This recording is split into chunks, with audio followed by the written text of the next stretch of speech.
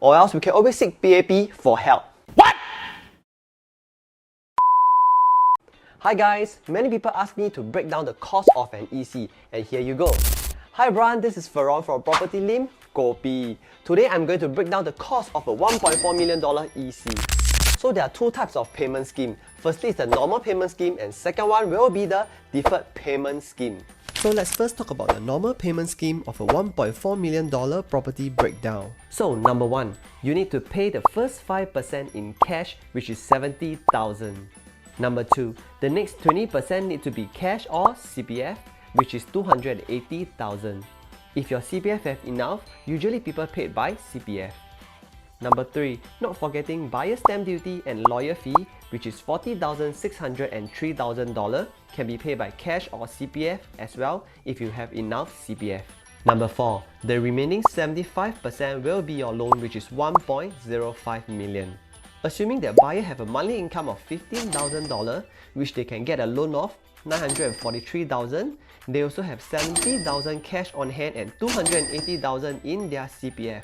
So for this buyer, their monthly installment will be $4,500 based on $943,000 of loan that they can get, not forgetting to minus off $2,900, which is the couple monthly CPF contribution in their OA, which also can use to pay up their loan, and still left with $1,600. So every month this buyer will have to top up $1,600 in cash.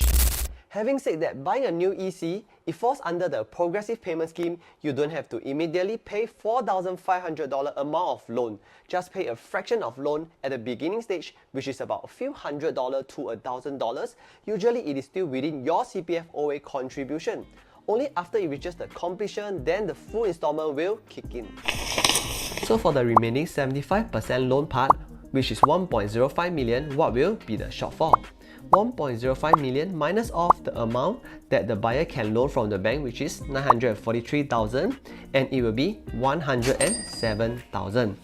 So let's go back and recap everything again. For the first 5%, which is $70,000, no problem, as buyer have $70,000 of cash on hand, so this is cleared.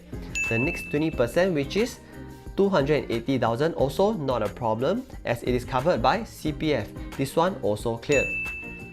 So their shortfall for this part will be the buyer stamp duty and lawyer fee, which is add up to $43,600, and not forgetting the loan shortfall. Total amount shortfall will be $43,600 plus the loan shortfall. It will be $150,600.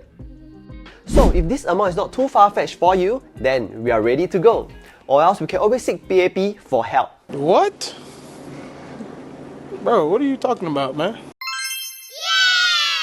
You serious?